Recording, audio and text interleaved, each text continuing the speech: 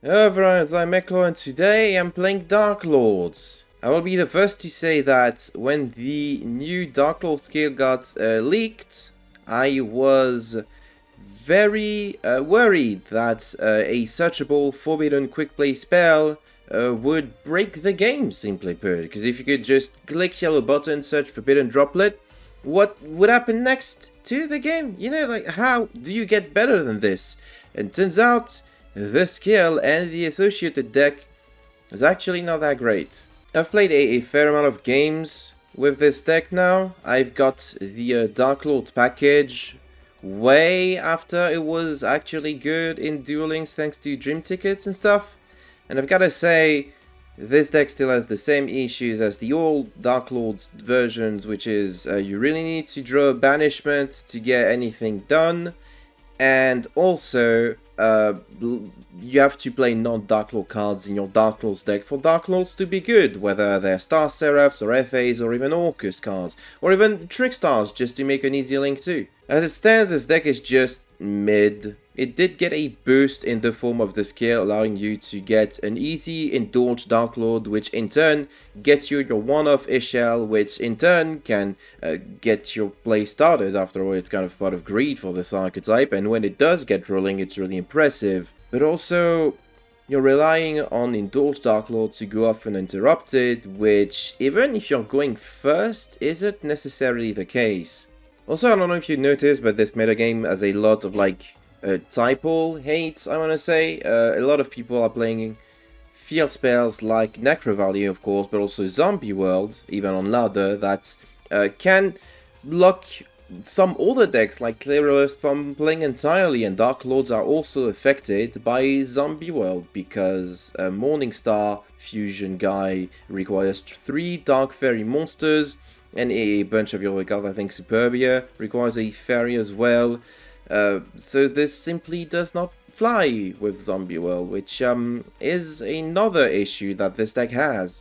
But really, the biggest and worst of it is that you have to play only Darklord cards as per the skill restrictions, so we're stuck playing some really mid ones, like cool Capricious Darklord is technically a scale target, so you can get Indulged, but you really rather just open Indulged. And then you have to play stuff like Nurgle. Isn't that great? Yukoback is a waste of a normal, although it's decent-ish if you can special it. And the rest of your combo is pretty much just the same all the time, and this deck is really lacking in diversity, and this is basically the same game plan that you had in 2019, but you're facing much better decks now. So that's the deck. Pretty much play the best Darklords that there are, and I only have 2 Indulged, and I haven't finished my first run of the main box because I haven't gotten an Orphrey Scorpio or the second Ghost Trick field spell yet. Or what else am I missing? Basically every single good super rare and ultra I didn't get yet, which is kind of annoying because I'm 150 packs in, and I'd really like to get that Orphrey Scorpio, Konami, please. Anyway, until I can get my hands on a much better deck, I have to play the weakest, in my opinion, deck from this new main box. So here we go. This first replay was against someone. I'm not sure what they were using anymore, I completely forgot. But I am going first, which is a good thing because you do want to go first with this deck sometimes to set up a first Darklord sweep. So this is what I'm going to try and do here. I did open Contact, which is really good. I'm going to switch the Capricious for an Indulge, normal the Indulge. There are no Veilers, this is really cool. So I can give them a Capricious and get a Superbia, pitch the Superbia for Ishel that I drew, get a Banishment, 2 Banishments actually, and then I'm going to Contact to revive the Superbia. It doesn't miss timing there, so that I can then bring back the Ishel and then link the Indulge and the Superbia into Condemned, pitch the Darklord Uprising that I drew, because I'm really cool, in order to get what I get with it. This is going too fast. I get a Tesca, which is some sort of battle protection that I sent to the grave for some stupid reason.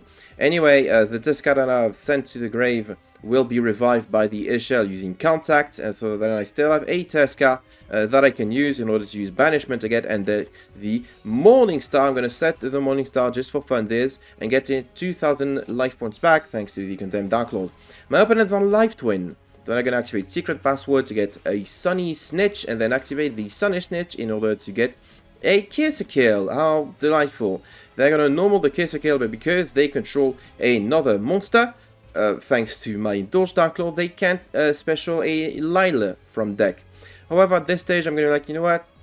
I'm just going to do it. Just going to pay 1,000 to activate the Darklord Uprising in my grave, or rather, the effect of the Darklord Uprising to go into the first Darklord, and since I use Morningstar material, I can just clean their board, at which point they reveal they're also on Unchained. Because of course they are. I mean, I have Nibiru, a Prismatic Nibiru too. This is great, and then they're just gonna do that combo. Which is like, how much have you spent to play this deck? Just so you could get this? I mean, that's kind of depressing. Was I playing under Nibiru? Did I make less than 5 summons? I don't believe that I did. But maybe I did, because I'm actually really good at this game, and I don't respect Nibiru, and neither should you. Anyway, they're gonna pop my banishment of the Darklord with the Evil Twin Lila, which is a boon for me, because I did not have another one engraved, so I can just use it now, and get a Indulged Darklord for next turn, teehee. They're gonna end on Lila Pass, because they are playing a bad deck. I dipped out deck banishment, because I'm playing a bad deck, and I need all the help that I can get. I can normal the Indulged Darklord, get them a second Capricious, and get the Horsey. Ishel is going to use the effect of banishment of the Darklord, dropping me to a very low 1,000 life points, but that's completely okay. They're going to draw a card.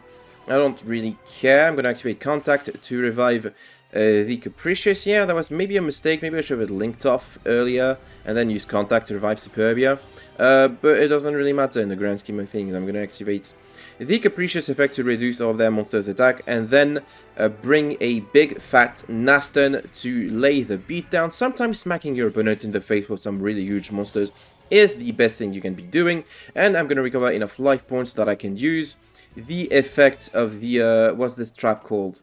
Sanctified Darklord in my graveyard to disrupt their turn, so that worked out, I guess. In this second replay, I'm not going to be playing in Cyber Dragons either. I remember what this one was, and this is Platinum, and the beginning of the month, so that's right, I'm playing in Suships, and someone who thought 1,000 life points was more important than having access to combo extension. I'm going to activate Banishment. You will note that I don't have Indulged or Condemned Darklords, the level 4 ones, so I just have to do some good old Darklord stuff, get Banishment, Ishel Pish, the Superbia, hoping to draw none other than the Contact, and failing to do so, I'm just going to have to pitch both of my traps in order to get a Naston. A Naston is then going to get me Banishment into Contact. Contact is going to revive the Superbia. Superbia is then going to revive the Ishel. I'm going to link off the Superbia and the Nachten into Condemned Darklord, which is not going to be able to search anything, but will allow me to use the Ishel for Contact, reviving the Superbia, at which point this time it misses timing, because this is a really silly old card that was like printed before the rest of its archetype, if I'm not mistaken. So there's that. Anyway, I still hand with 3 monsters on my board, so that's a bonus 1,500 rather life points. My opponent's on swords because this is plat and they're really bad. Then I activate Gunken, Suship, Oni, and special the Shari, and activate the effect. But a single Forbidden Chalice is enough to stop them in their track, at which point they're just gonna concede. This would have worked if I had used the effect of the Darklord Center. I forgot the name of the trap again that I sent earlier this turn. Sanctified Darklord, there we go. To stop their plays once again. That's just classic Darklordian stuff. Not really good there. So that's the deck. Your game plan is to work your way through a long and intricate combo, hoping that your opponent doesn't disrupt you, while you try to set up for a fusion on your opponent's turn that can nuke their board. Where have I seen this before? The difference with Prank Kids is you are locked into your archetype, and you can't even play some generic good fairy stuff, which would have been really useful. Maybe if you could play the Forbidden Maiden. Where is it? There's Condemned Witch, rather. Sorry, Condemned Witch. Maybe if there was an additional class that allowed you to play a certain number of dark fairies, this could potentially be interesting. You'd probably be better off be playing the Darklord shell in a Revolution Day Fleur deck, because this is how you're supposed to play Darklords in 2024, and pretty much every deck that you can shove Rev de Fleur in. This is dueling skill design, everyone, which makes it extra weird that this skill is basically just a worse switcheroo that also locks some of your archetypal cards behind this skill, like the Third Contact, but of course the Uprising, which as a standalone card wouldn't be that broken, but maybe they're doing the Sky Striker thing where they test out the waters with how strong this is when you have to play it with a dedicated skill, so they can then sell us their potions. One thing that would really help this deck is if they would just move Ishel away from Limited 1. Like, even if it were Limited 2, that would be a decent-ish boost in consistencies for this archetype. And they could do something. Of course, another thing that they could do is just remove the restrictions on the scale, or make it, give it an additional something so that it pluses you instead of being neutral in value. It wouldn't be that bad, actually. You know what? You should boost this deck. Anyway, that'll be it for this video. I hope that you enjoyed it regardless. I want to thank you all for watching. If you did like this video, make sure to like and comment what deck I should do next, even though I really want to do Ghost Tricks. And maybe I can do Galaxy with Infinity. What else could I do from the new box? True Reiko would require a second run. Maybe Ghost Tricks as well, I don't know. Because you probably do need to Angel of Mischief for this deck. Anyway, I want to thank in specific Dingus, Childish Boy Zero, Zinnia, Jimmy, and Yannick A for their donations on Coffee. And what else is there to say? Lots of projects going on. Maybe I'll make some more videos soon. Thank you for watching once again, and I will see you all next time.